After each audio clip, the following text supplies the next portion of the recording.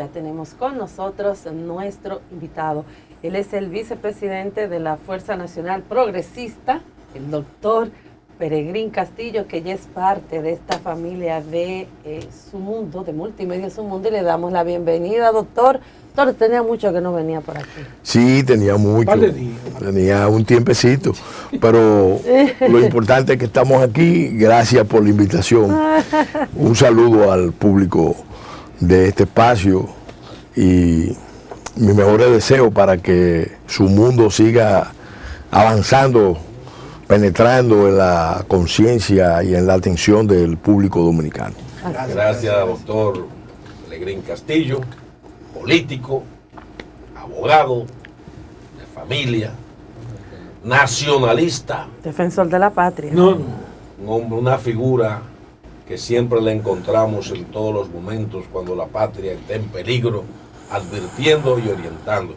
Doctor, dentro de todo esta tinta del calamar que oscurece el panorama de ciertas personas, ciertos grupos, sabe que el calamar tiene esa capacidad de lanzar una tinta para escabullirse y dejar a la gente, al entorno como un poco lelo, como dicen los ibaeños, no sabe dónde está.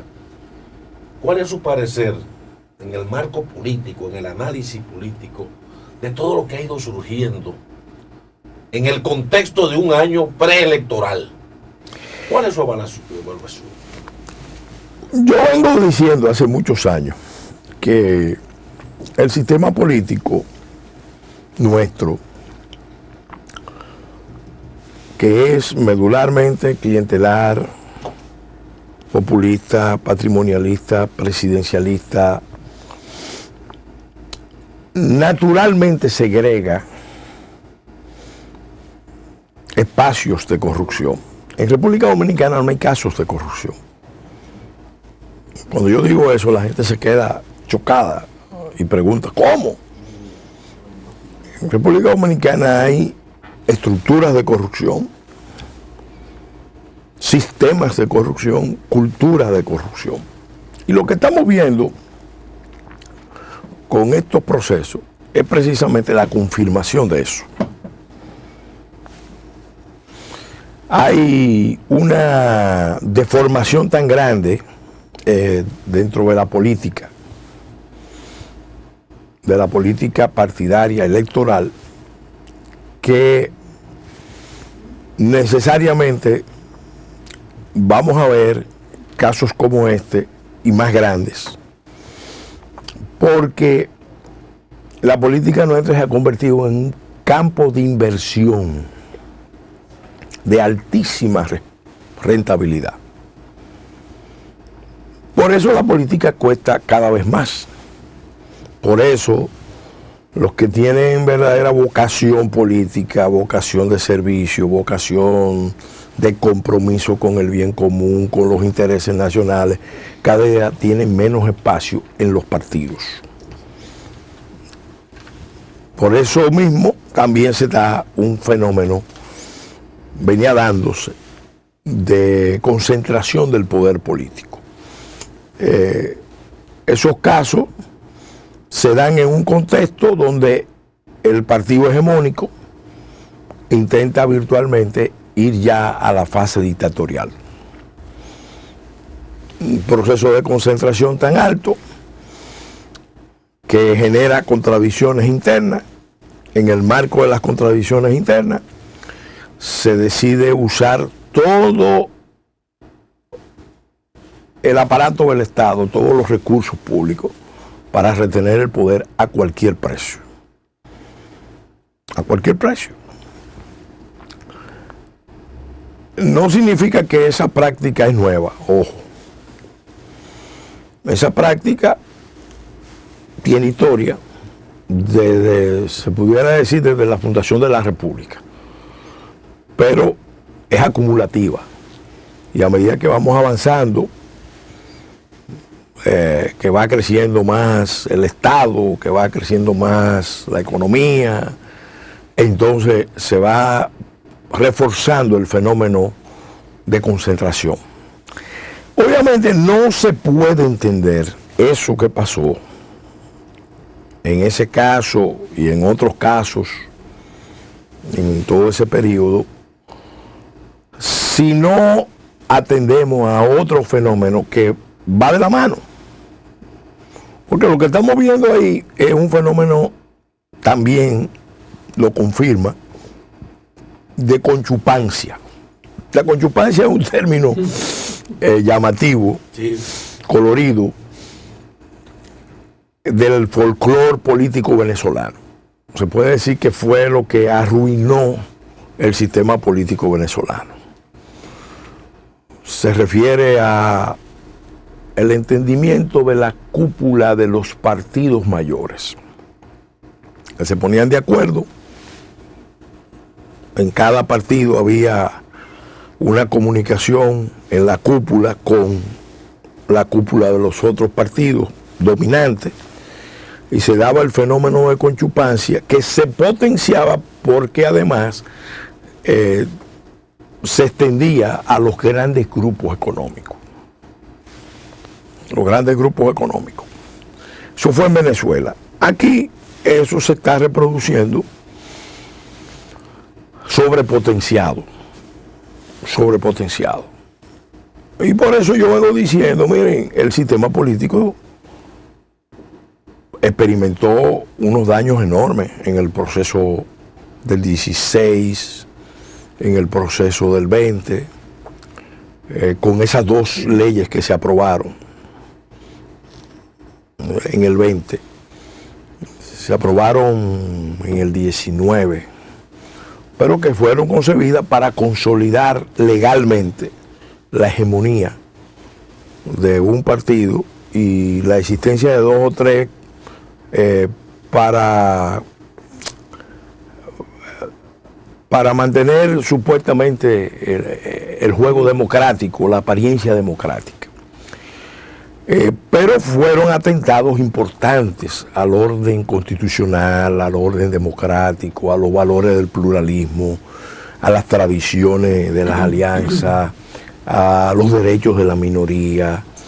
Y obviamente se confirmó lo que venimos diciendo desde Fopredón hace mucho, el tema de el voto preferente ha sido la desgracia, ha sido el factor que más ha propiciado la descomposición, el destripamiento, para usted una palabra cruda y dura, de los partidos y del sistema de partido y electoral.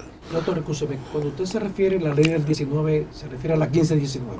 Sí, las dos leyes que se aprobaron. Mira, esas dos leyes se aprobaron y todos lo sabíamos, dentro de una estrategia autoritaria. Porque el PLD era el partido dominante. Y fue partido dominante, entre otras cosas, porque el PRD no supo mantener la unidad interna y además se negó a sí mismo, siendo el partido antirreeleccionista. En el año 2001 emprendió un proceso nunca visto, de la mano precisamente estimulado por el Partido Reformista y el doctor Balaguer, para modificar la Constitución y permitirle al presidente Mejía que lanzara un proyecto de reelección. Eso agrietó enormemente al PRD. No lograron su objetivo, pero descompuso al PRD. Y el PRD se convirtió entonces en un partido que en su descomposición le estaba facilitando al PLD convertirse en el partido hegemónico. Y el PLD, mientras más crecía, específicamente cuando llega Danilo Medina, recompone sus alianzas, porque hasta el 12 el PLD había gobernado el país con una coalición amplia de partidos de diferentes tendencias, pero en el 13 empezó a romper esa coalición y en el 16 monta el proyecto de reelección con dos nuevos aliados. Los dos nuevos aliados son el Partido de la Sociedad Civil, partido de la sociedad civil, lo digo así, que lo encabezaba en ese momento Gustavo Montalvo, el ministro de la presidencia, era el hombre de confianza de los grupos de sociedad civil que estaban en el gobierno. Como está claro, estaban en el gobierno más que todos los partidos aliados al Partido de la Liberación Dominicana, con mucho poder y obviamente conectado con los poderes internacionales. Y por otro lado, Danilo Medina entendió, su equipo entendió que para mantenerse en el poder había que estrechar la alianza con el alto empresariado. Mira, hubo una reunión que se hizo en el 2013, yo lo relato en un librito que publiqué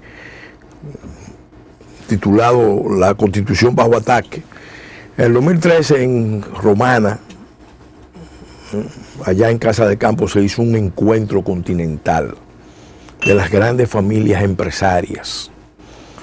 Y las familias empresarias anfitrionas eran los Fanjul, los Vicini y los Corripio. Y recibieron todas las familias empresarias del continente. Y el presidente fue invitado a que le dirigiera un discurso. Y el discurso que elaboraron el grupo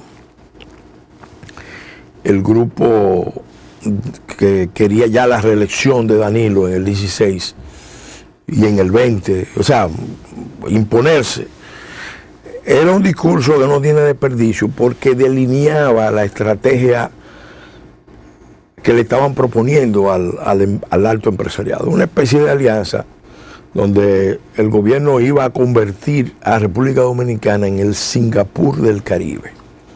Y el presidente Medina iba a ser una especie de Lee Kuan Yew del Caribe. Iba a dar nacimiento a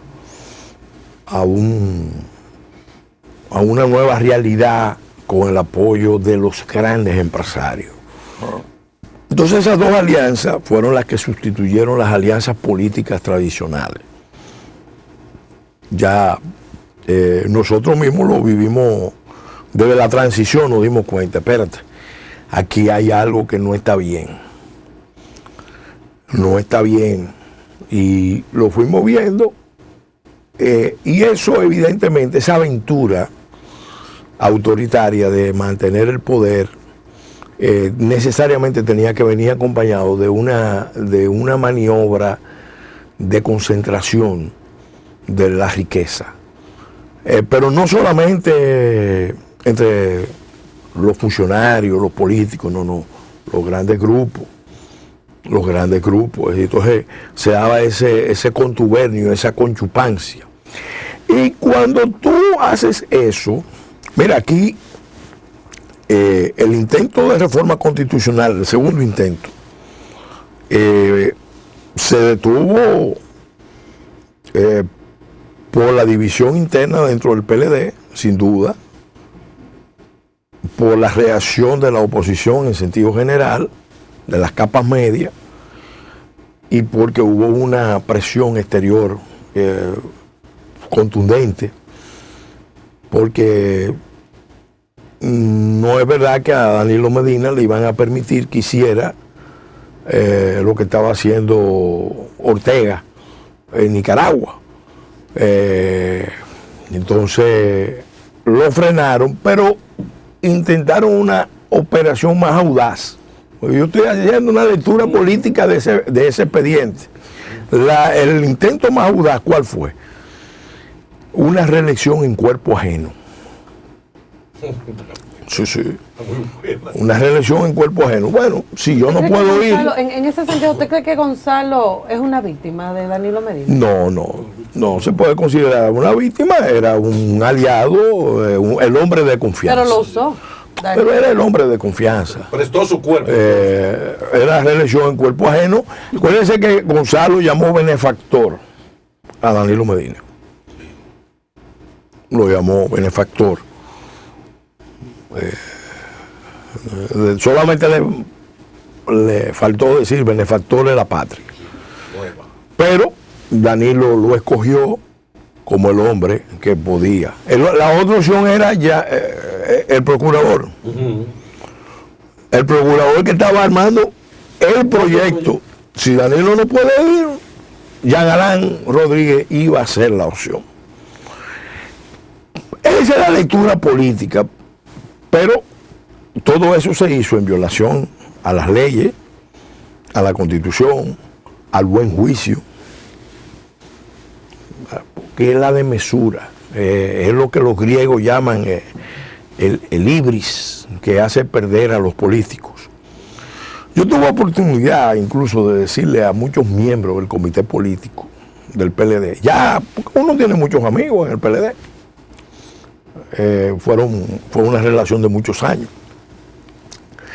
Y a muchos de ellos yo le dije con mucha crudeza, yo le dije, miren, ustedes tienen que darse cuenta, porque creo que fue don Juan que se lo enseñó, no se le olvide, que los ciclos de la política cuentan.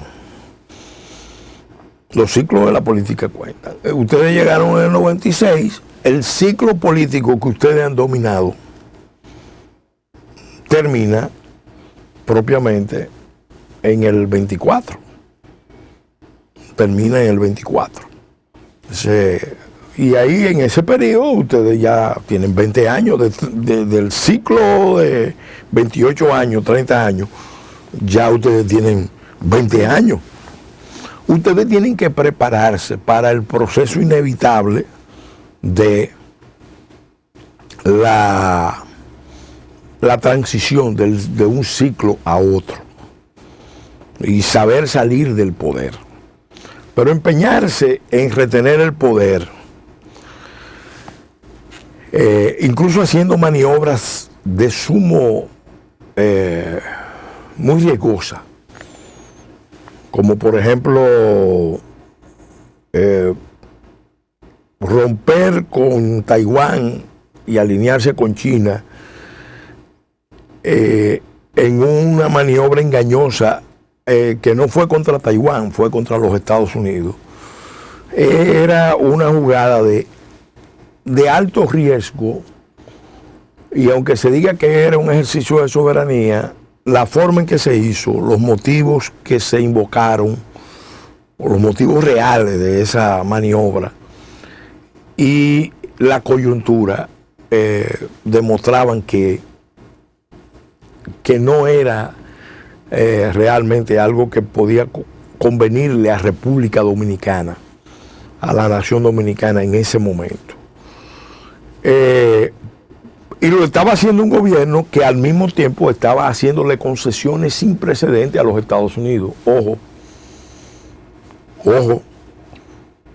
porque al mismo tiempo en que se daba ese giro, por ejemplo, se firmaban acuerdos con las autoridades norteamericanas que eran sumamente lesivos a la soberanía de la República Dominicana. Entonces, fíjense cómo la búsqueda del poder, la concentración del poder, la retención del poder, conduce a estas situaciones. Danilo Medina lo dijo en una reunión del comité político, del comité central. Con ustedes que estamos aquí, que están aquí, nosotros retenemos el poder.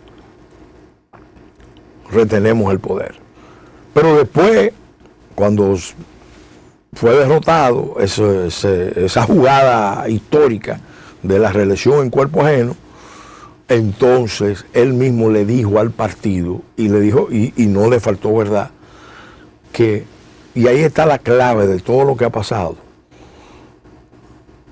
Perdimos porque no se podía hacer nada sin dinero. Y ustedes habían perdido la mística, los PLDistas. Querían que todo fuera pagado, que todo fuera financiado. Y así no se ganan las elecciones. Se lo dijo claramente. Entonces, ¿qué pasa? Eso nos debe llevar a una reflexión a todos los políticos. Señores, la política no puede verse como un negocio, como un campo de inversión. Lamentablemente, eso se ha dado, y en los hechos, y lo hemos dicho desde Fopredón, en los hechos, el voto preferente a nivel de diputados, el voto preferente ahora a nivel de regidores y de vocales, lo único que va a acentuar es la descomposición del sistema político. Porque los partidos, y no han querido cambiar, se le ha dicho de mil maneras, no han querido cambiar. Los partidos, ¿qué es lo que hacen? Bueno, en vez de privilegiar al militante, al dirigente, al político real, entonces lo que hacen es buscar el que tenga más recursos para que el día de las elecciones, ni siquiera antes, el día de las elecciones se monte un gran mercado nacional con 20.000 puestos de compra y venta de votos. Entonces eso no se puede sostener. ¿Quiénes son los tres grandes electores reales en este sistema que llamamos democracia dominicana? Que se ha deformado. Está deformado totalmente. En primer lugar, las camarillas cleptocráticas, los que están en el poder, que tienen acceso a los recursos públicos, de una u otra manera usan los recursos públicos para retener el poder. La radiografía de eso está en el expediente Calamar. Eso es el mejor retrato de eso.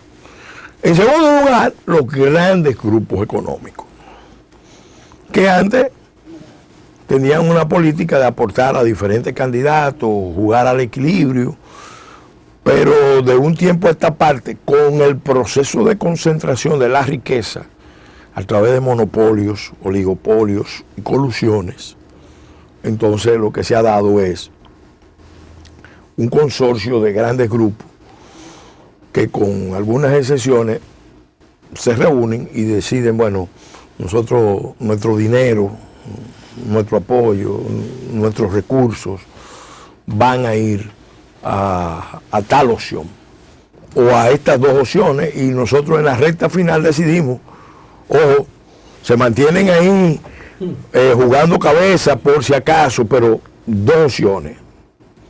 Y las dos opciones, mientras más domesticadas, porque ese es otro problema, todo ese proceso conlleva no solamente un proceso de mercantilización de la política, sino de domesticación de los políticos y de los partidos.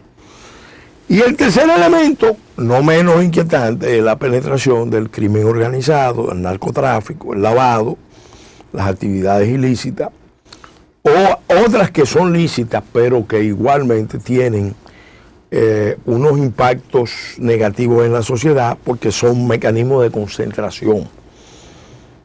concentración de la riqueza de República Dominicana. Señores, este es un país que tiene un enorme potencial de producción de riqueza. Sin embargo, aquí hay más bancas de apuesta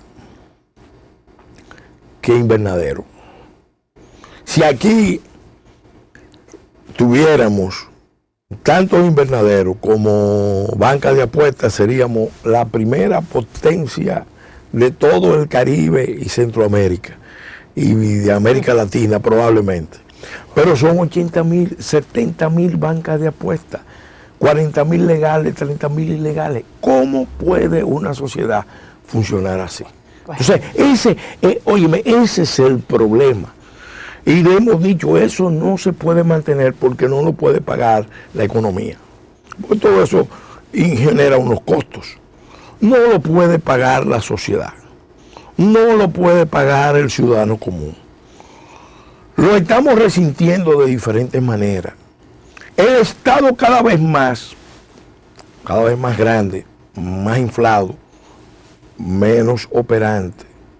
Óigame, menos operante El Estado Dominicano tiene 690,000 servidores públicos a nivel, creo que, de gobierno central. Si sumamos las municipalidades, puede llegar a 800,000 servidores públicos. Y hay 4 millones de personas que están recibiendo subsidios de diferentes tipos. Pero son subsidios que vienen del exterior, porque todo eso engrampa con otra realidad. Al momento en que se está dando ese proceso, en vez del Estado garantizar que los mercados laborales funcionen, que los mercados laborales, por ejemplo, cumplan las reglas de 80-20, la política es que la gente haga campaña, trabaje propiamente en la campaña y después entre a la administración con algún tipo de ingreso. Pero el sistema de subsidio del Estado y el sistema de impuestos del Estado se está usando para desmovilizar la mano de obra nacional, que ya no solamente está en el sector agropecuario, la mano de obra haitiana, o en el sector de construcción, no, en el sector turístico, en el sector de seguridad ciudadana, privado, en el transporte, en el sector terciario. Entonces, ¿qué es lo que está pasando? Doctor. Este sistema pone en peligro, óigame, este sistema, como está articulado, esta democracia que proyectamos está poniendo en peligro la existencia de la nación, porque una cosa no la podemos analizar al margen de la otra. Doctor, el pasado jueves, me parece que fue, el doctor Vincho Castillo, su padre, dio una rueda de prensa donde también ustedes estuvieron allí y donde él denunció que el PLD está dando signos de buscar desestabilizar lo que es la paz nacional del país, y también defendió la labor del Ministerio Público ante esta investigación del caso Calamar. Esto ha traído un abanico de opiniones acertadas y no acertadas, y me gustaría saber su opinión ya un poquito más detallada aquí. Sí, mira, lo cierto es que dentro de las contradicciones que genera un sistema en crisis,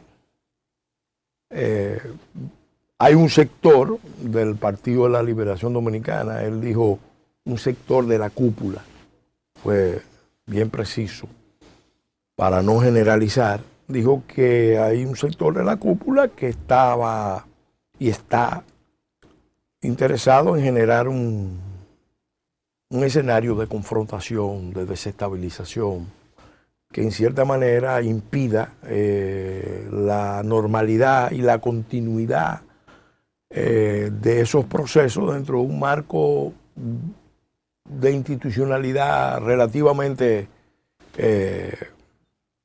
aceptable. Eso lo hizo atendiendo no solamente a su experiencia de largos años, sino a las informaciones que fluyen, porque uno tiene amigos en todos los lados, incluido en el propio PLD, que ven que una línea aventurera puede liquidar al Partido de la Liberación Dominicana de mala manera.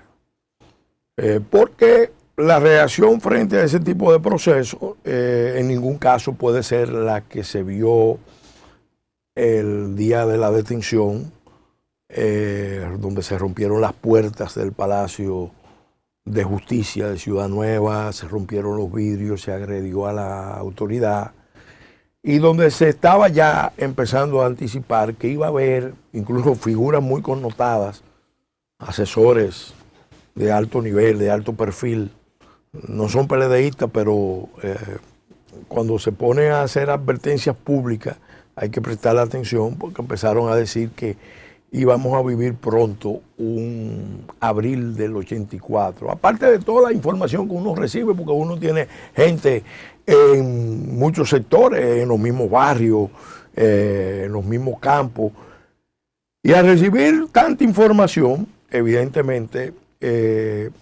entendimos que era una responsabilidad hacer una advertencia oportuna. para frenar cualquier intento en esa dirección, porque estamos viviendo tiempos muy difíciles. Óigame, hay una crisis mundial que tiene varias dimensiones. Hay una guerra mundial híbrida en curso. Hay una recesión anunciada. El último que la anuncia es Nouriel Roubini, Premio Nobel de Economía, el que anticipó la crisis del 2008 de los bancos en Estados Unidos, de los bancos y de las grandes corporaciones de Lehman Brothers. Bueno, ahora está anunciando con un título bastante preocupante lo que puede ser un periodo largo de recesión o de estanflación, pero muy prolongado, porque dice que todas las políticas que se están tomando tienen efectos recesivos y se anulan. Tenemos una situación regional complicadísima. El que mira la región nuestra sabe que hay contradicciones, antagonismos políticos, ideológicos, culturales. Y ahí al lado, que es la mayor preocupación que debemos tener los dominicanos, nos están preparando una encerrona. Vamos a decirlo con claridad. Se está preparando una encerrona porque en Haití hay una guerra civil de baja intensidad, pero se están creando todas las condiciones deliberadamente como parte de un plan de inteligencia muy sofisticado para llevarla, escalarla, convertirla en una guerra civil de alta intensidad y eventualmente trasladarla a toda la isla. A toda la isla.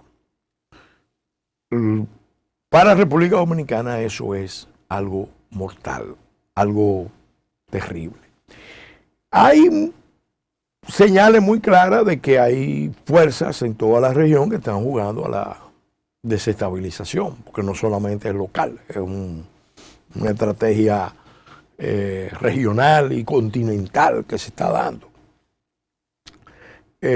Y yo solamente le voy a dar un signo. El presidente Abinader estaba invitado por el emperador de Japón y el presidente de Corea del Sur a un viaje oficial de Estado y lo suspendió. No fue él, tuvo que enviar a la vicepresidenta y a 2 ministros para que fueran a representar a la República Dominicana. ¿Qué información tenía el presidente?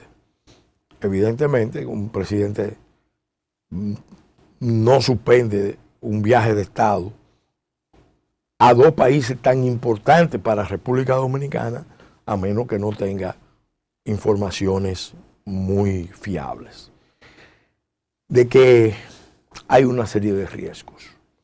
Y estamos viendo una serie de señales que están aflorando. Porque este expediente ha generado una serie de contradicciones antagónicas dentro del sistema y dentro del propio gobierno o dentro del propio PRM, para decirlo con claridad, dentro del propio PRM.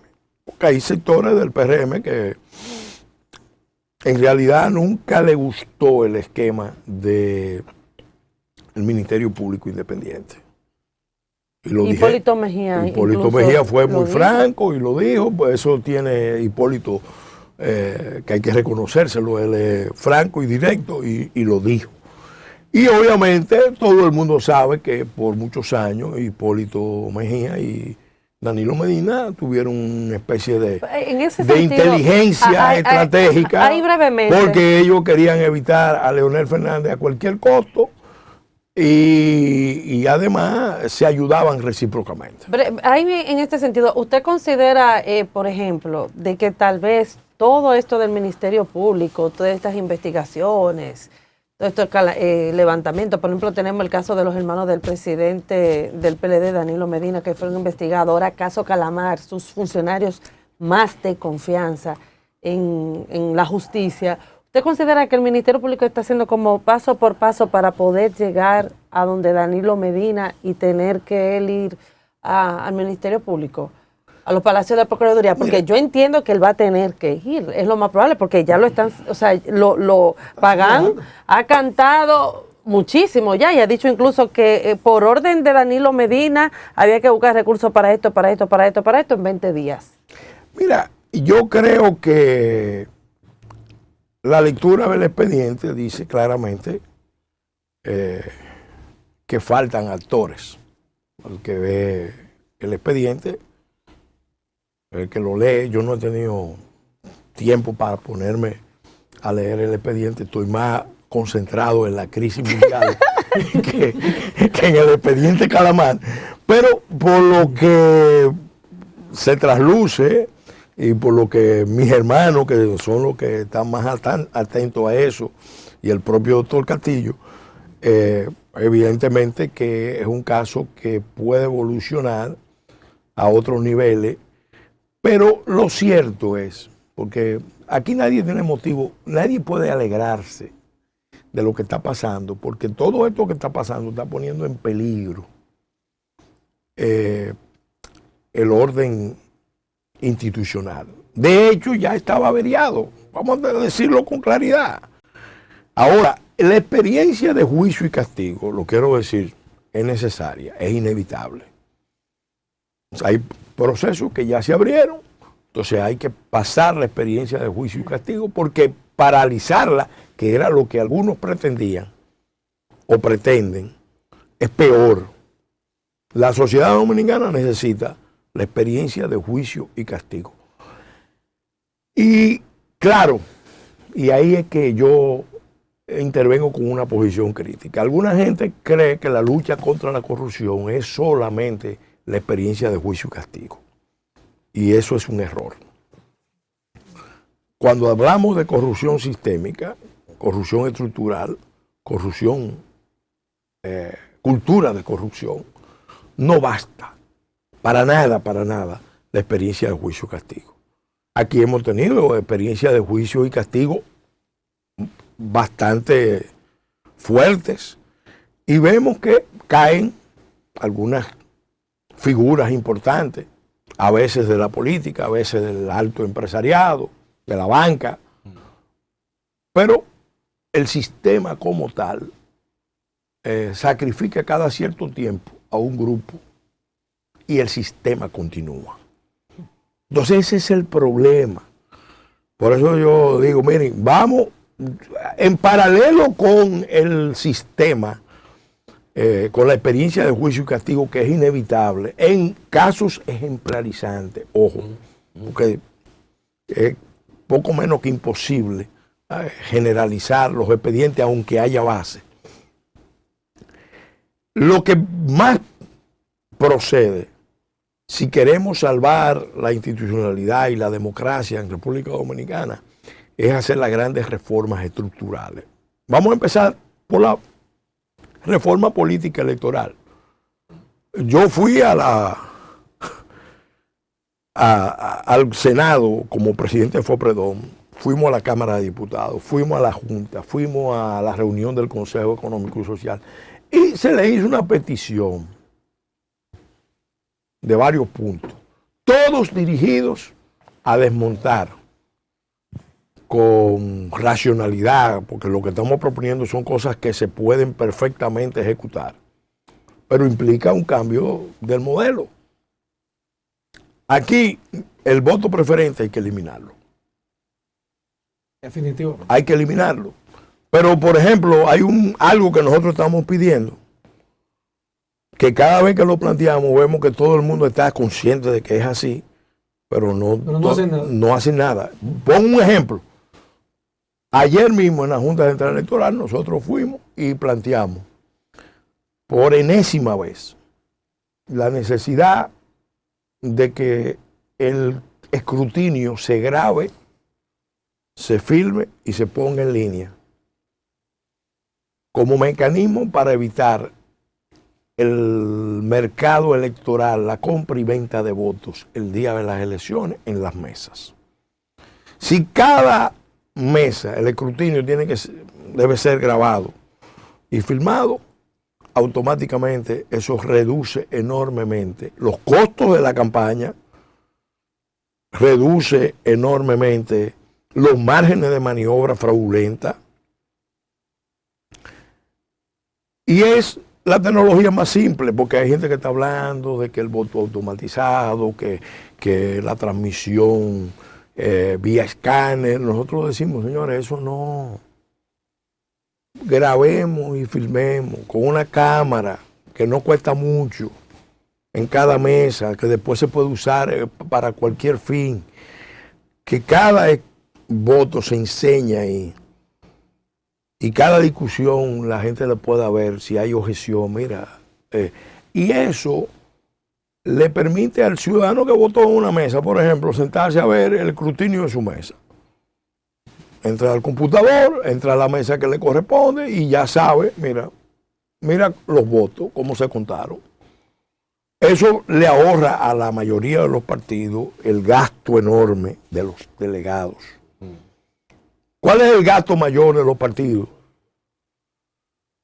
El gasto decisivo, el día D, donde hay que montar la famosa logística. Óyeme. Eso le cuesta, escúchame, $100,000 a la Junta. Poner una camarita, 20,000 meses. Claro, puede costar algo más. Está entre $5 y $7 una camarita. Pero busquemos algo que sea bien abarcador. El doble. Lo pueden hacer. Entonces, eso con Reuters que colocan, ya técnicamente nosotros lo evaluamos. Los técnicos de la Fuerza Nacional Progresista lo evaluamos. Se lo hicimos llegar a la Junta en el 16 y la Junta lo autorizó en el 16. Pero ¿cómo? ¿Con qué modalidad? Que los delegados de los partidos pudieran grabar con celulares. Claro, el partido que no tiene manera de tener delegado y los que van a hacer truco van a incluir en la negociación el video. Sí. Ven, dame el video. O no me grabe, porque aquí... Sí. Entonces, así no se puede.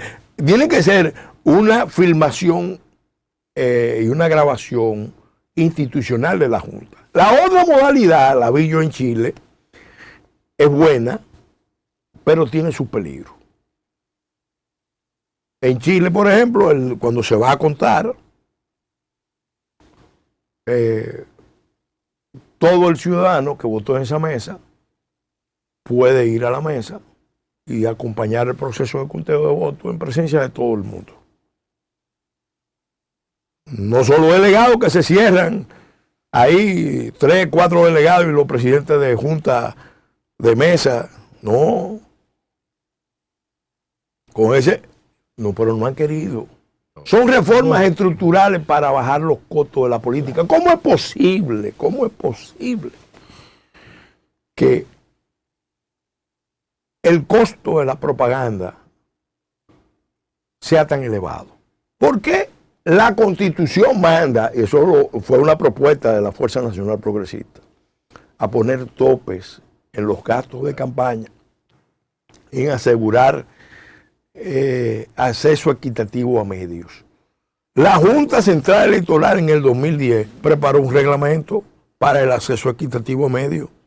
Sí, pero... Mire, no hubo manera, porque esto no es una cuestión solamente de los partidos. Los medios de comunicación más poderosos se opusieron al reglamento de la Junta en el 2010 para poner, por ejemplo, límite en el gasto que un partido puede hacer por día en la campaña.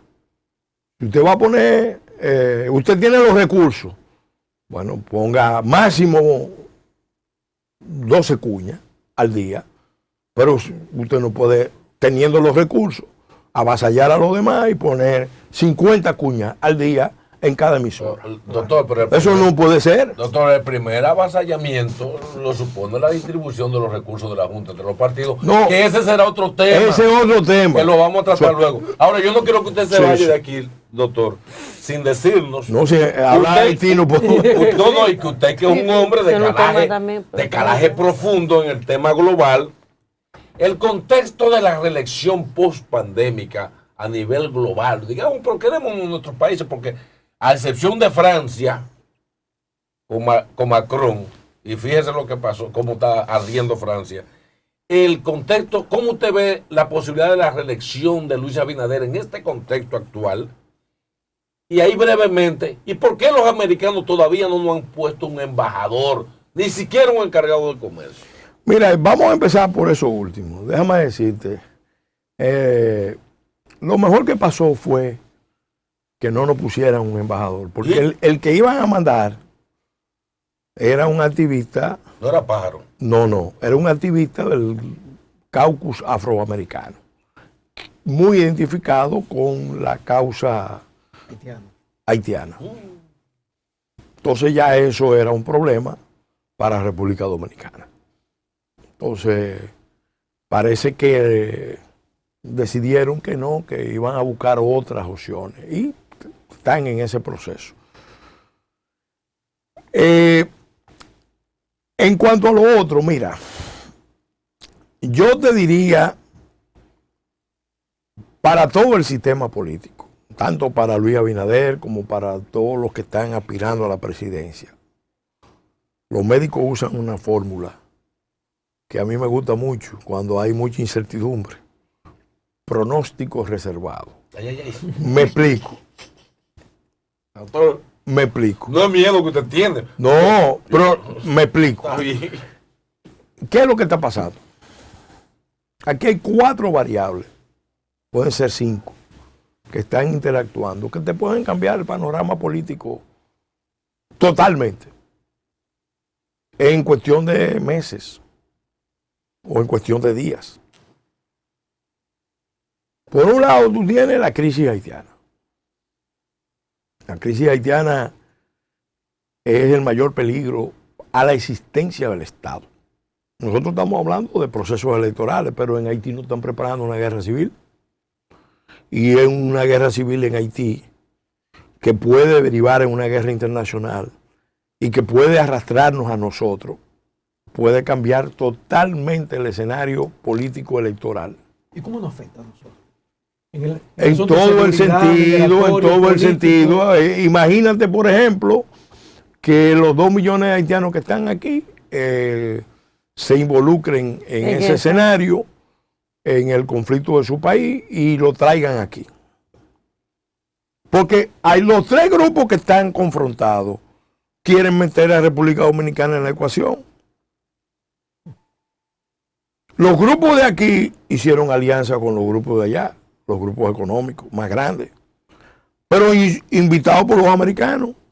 Ahora los americanos cambiaron su política. Ahora los culpables de la situación de Haití somos nosotros. Son los grandes grupos económicos haitianos. Sí. Y el esquema, fíjate que ellos ya no hacen una política directa, sino que están usando a Canadá, porque saben que no pueden decir, porque quien juntó en el 2009 a los 9 grupos más importantes de aquí, con los 9 grupos más importantes de Haití, y los cancilleres de los 2 países, fue Bill Clinton. Dueño de medio Haití. Por eso mismo el SAD Biden, que fue a Canadá y trató el Entonces tema. están usando ahora a Canadá para hacer cosas que ellos directamente no le pueden decir.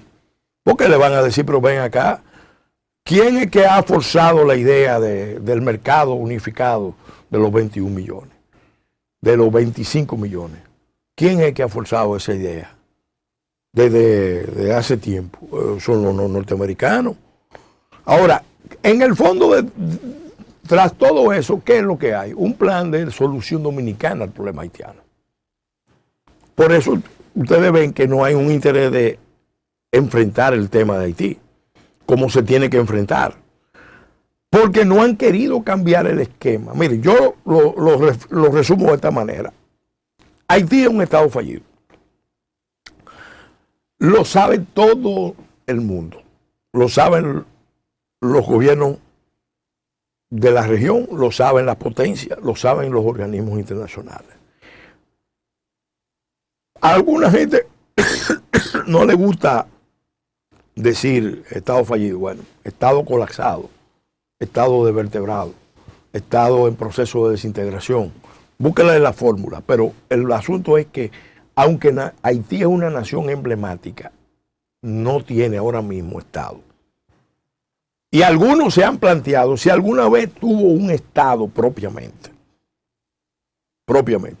Se puede decir que quizá con Boyer, que unificó el norte con el sur, se acercaron mucho, o con Duvalier, pero el precio es una cosa terrible, porque fue una dictadura tenebrosa. Entonces,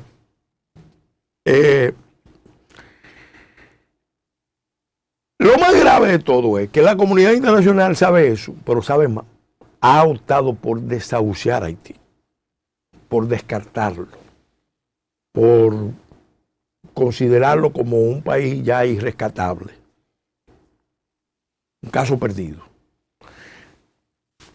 Eso es perverso. Y peligroso. Porque nunca han hecho, óyeme, nunca, desde 1949, cuando dictaron el informe de Naciones Unidas, el primer informe de Naciones Unidas en la región se dictó sobre Haití, nunca han hecho ningún esfuerzo por rescatar y restaurar Haití. Entonces, ¿cuál es la fórmula que han optado? El Estado vecino, en este caso empezaron a mediados de los 80, pero aceleraron en los 90. El Estado vecino se puede convertir en el Estado pivote, en el Estado tapón, en el administrador de la crisis haitiana, en la zona de amortiguamiento de la crisis haitiana, buffering, para usar el término internacional. Pero en los últimos 35 años ha habido 10 misiones. ¿Y qué revela ese esquema de una especie de tutela de facto de República Dominicana sobre la crisis haitiana? Que eso ni funciona para Haití y nos desestabiliza a nosotros.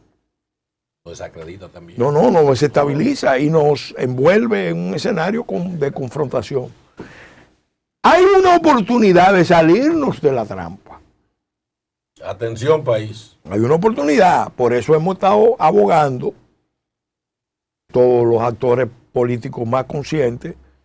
Señores, vamos a unirnos como nación y vamos a pedirle a la comunidad internacional replantear las relaciones insulares.